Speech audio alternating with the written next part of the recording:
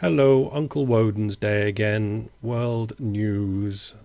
This is current retail sales breakdown that we have below here. And it's just how they carve everything up when you get the retail sales number. This is what's in there. And they increase and decrease.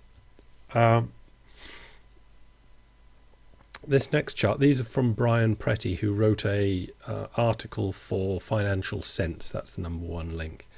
And he's got increase in retail sales by sector since this was since the low, the 666 low, and Bernanke kicking in with QE1, and then through QE2 up to now.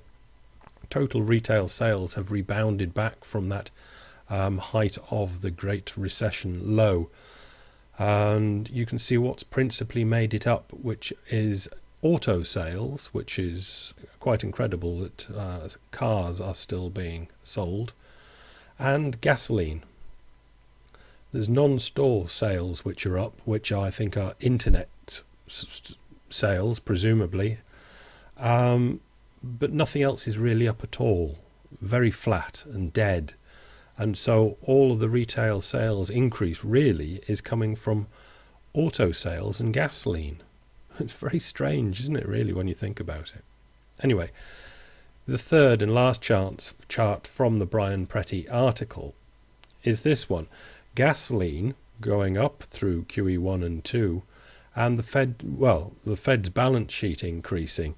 So Brian, his obvious inference here is that the Fed is causing the price of gasoline to go up.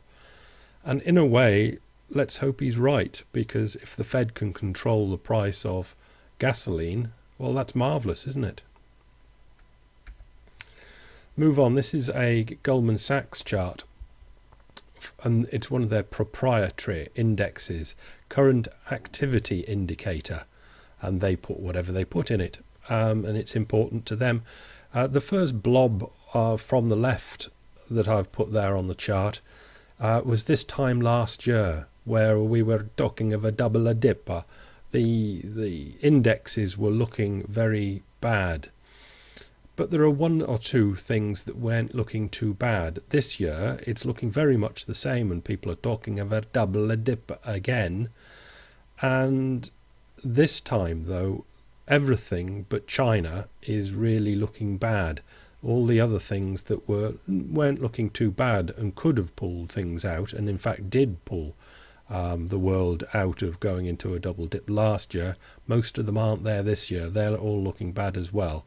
There's really only China to rely on in the entire world.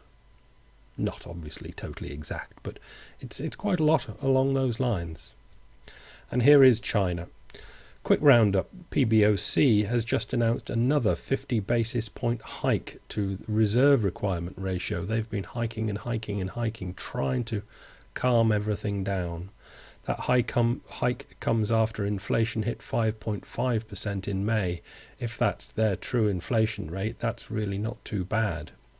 Industrial production hit 13.3%, above the 13.1% analysts were looking for, and retail sales grew at a brisk 16.9%. It really is in a world of its own.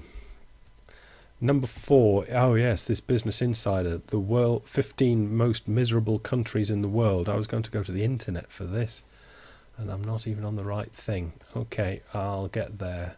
Econ, there's a bunch. Countries with. Okay, so I'll scroll down and give you the 15 most miserable countries. So you can follow the link and go with me if you like. Argentina, you know the misery index, I think Jimmy Carter started it or something.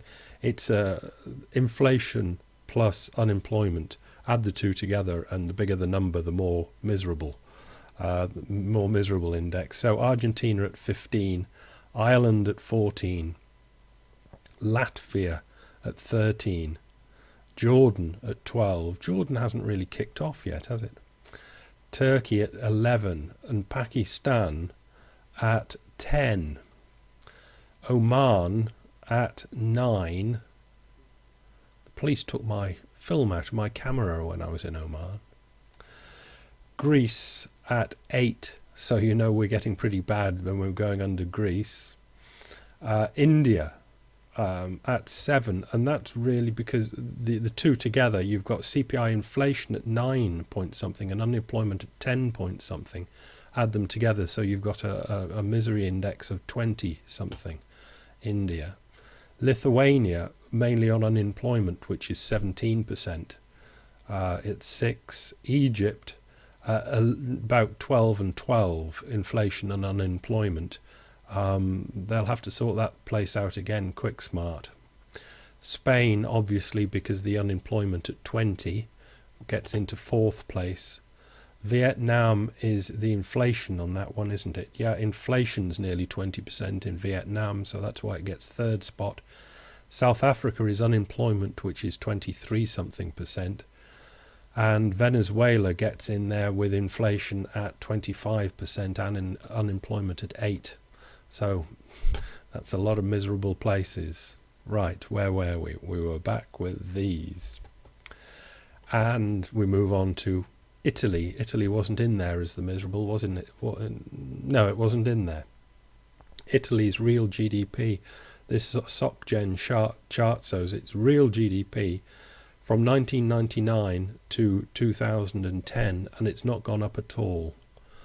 Italy has just stopped. It's not falling back, but it's stopped.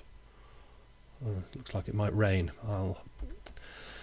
Sorry, you don't need to know that. Financial Times Alphaville, Nomura says Spanish banks are funding 24 years worth of housing.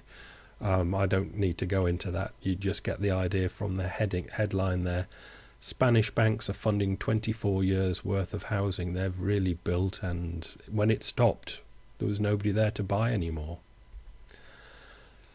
Alphaville again, last headline this, I think, yeah, depression or double dip. One of them is in the Eurozone, UBS this is. A handy table from Paul Donovan that I'm not drawn out, you can have a look on the link. UBS economist notes that the recent global growth data has somewhat disappointed investors, prompting concerns about a possible double dip or even depression. And that kind of links back to where we started. The indicators are looking very... Let's put it this way. The countries that are doing austerity look like they're going to fall into recession again. Definitely. Other countries with high debts, both public and private, will probably have growth which is between -1 and +1 and a bit. Really nothing.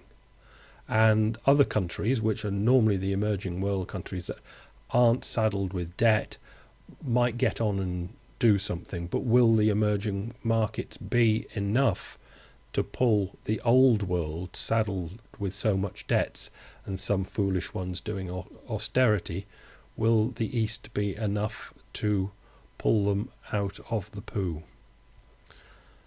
Maybe not this time, but maybe, like last year, it'll just be enough. But we certainly ain't doing it on our own. See you tomorrow. Bye.